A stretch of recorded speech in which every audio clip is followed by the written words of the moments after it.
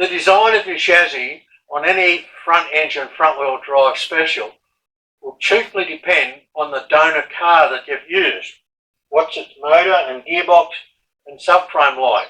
You have to design something that makes up with what you've got. And every car is different, so you'll need to make your own design work. There's no CAD drawings here, all in your head and using your eye.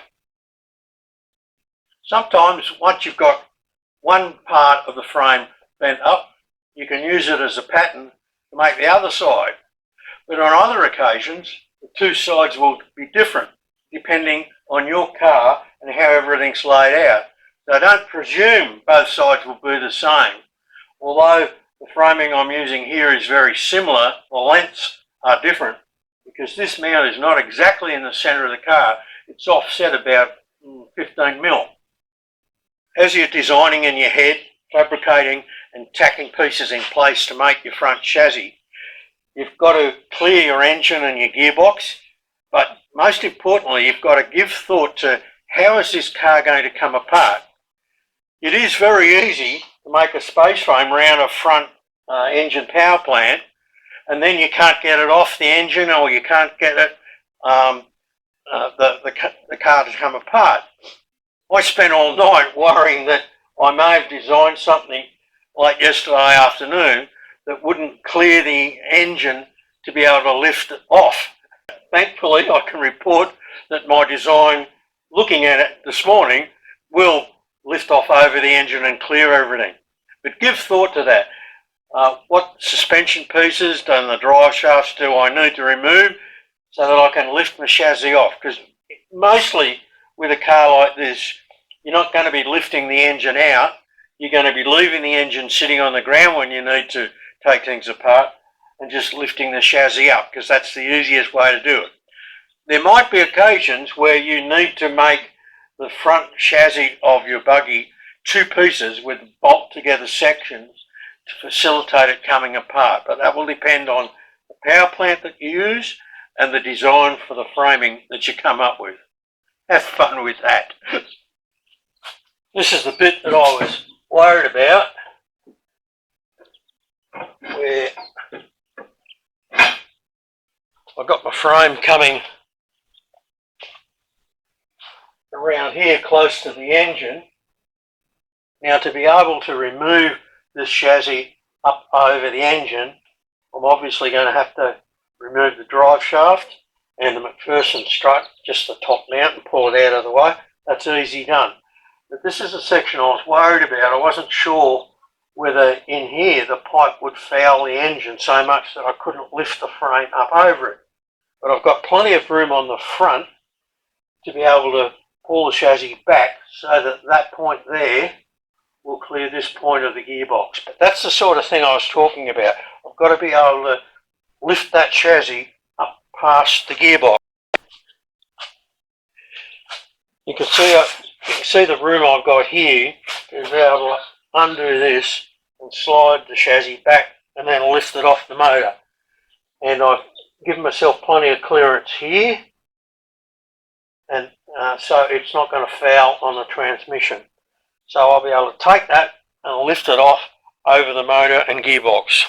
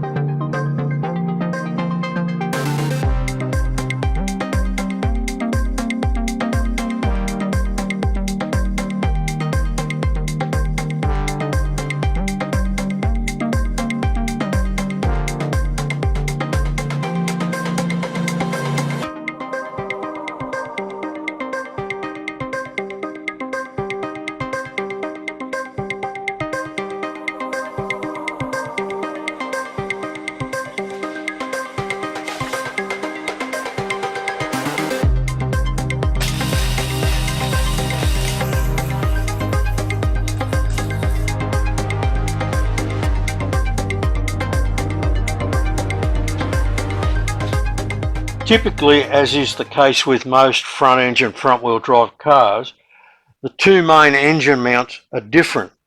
So I've got to use slightly different techniques to join them to the space frame.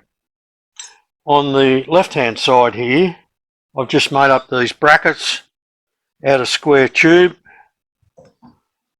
and they go either side there with the bolt through the middle, and that allows the frame to be lifted off over the top quite easily.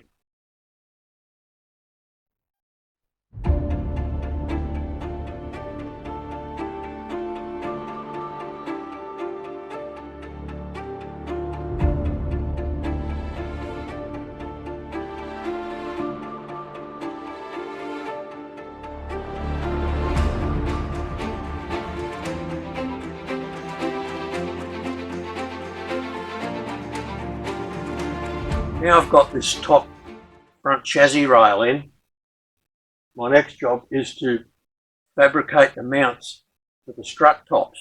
And this is where cutting the strut tops off the car, off the donor Corolla, is really paying off. Saves me a lot of work.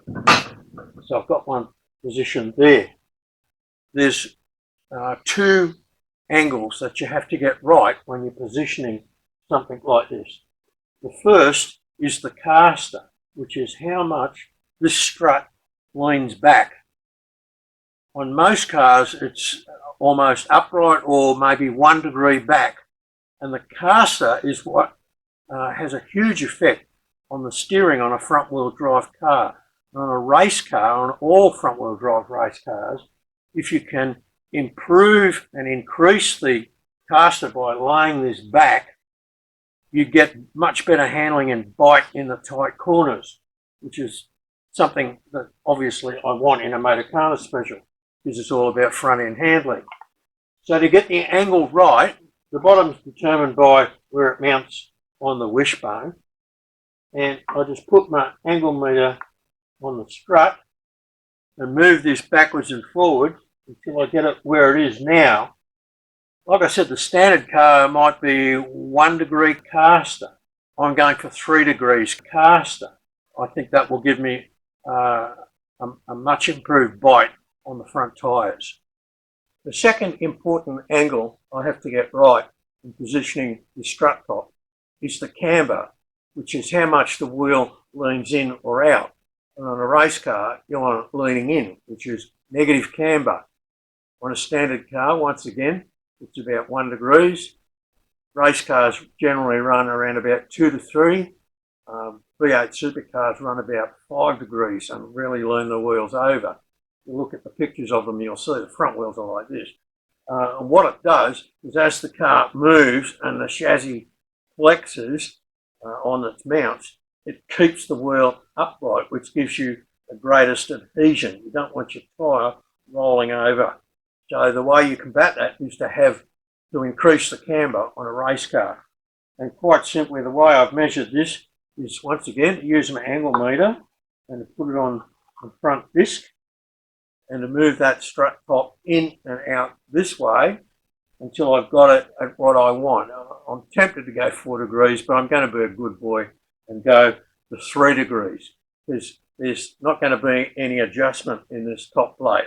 I will be able to elongate the holes later on if I need to, but I'm not going to worry about, a half minute of angle and that sort of finesse on a little motor car special that'll do most of its racing on the dirt. So I've got my top angle position backwards and forwards for caster, and I've got it positioned in and out to get the camber right. Now I can fabricate up to the strut. I'm going to put a steel pipe off the main top chassis rail, on either side, and then later on I'll join them with a tube welded in going straight across the middle above the engine.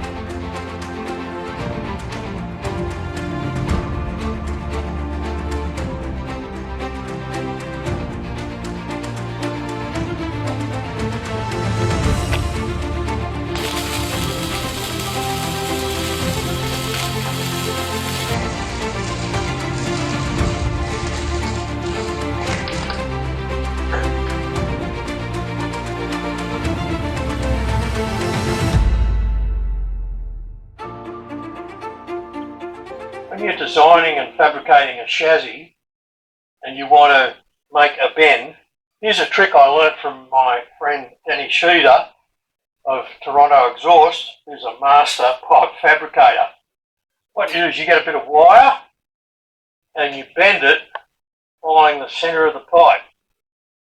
Then, as you've got the pipe in the mandrel bender and you're bending it, you can see when your angles are right. That works every time. It's a simple trick, but it's a worthwhile one that saves you bending up the same section of pipe 2 and 3 times.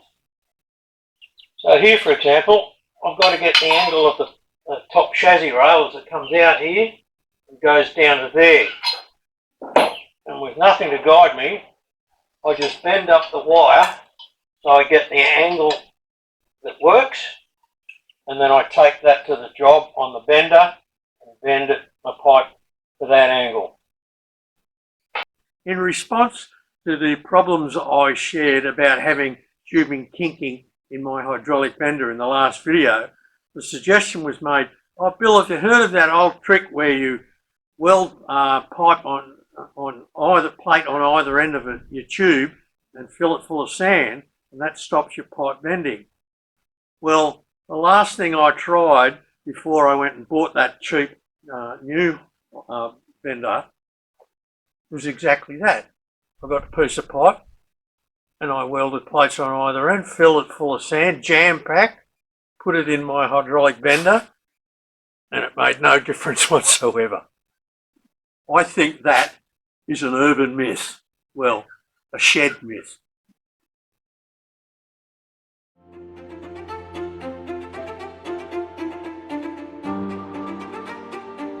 Well, I've probably just done my last bend of tubing for the framing of the Motorcana Special.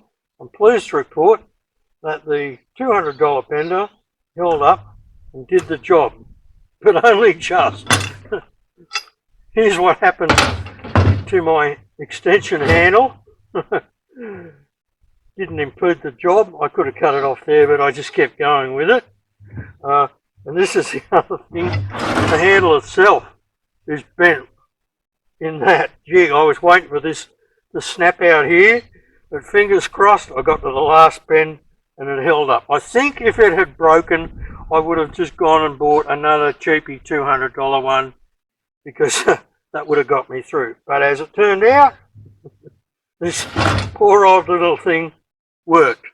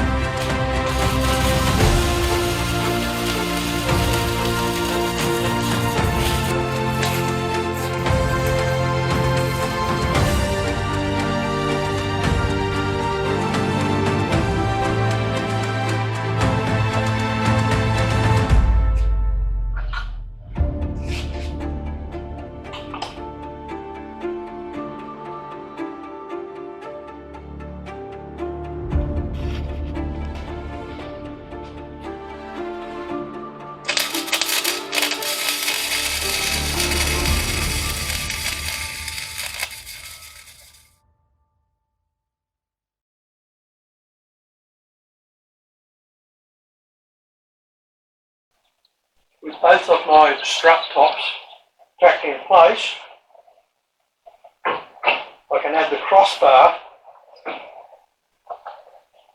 between the two of them.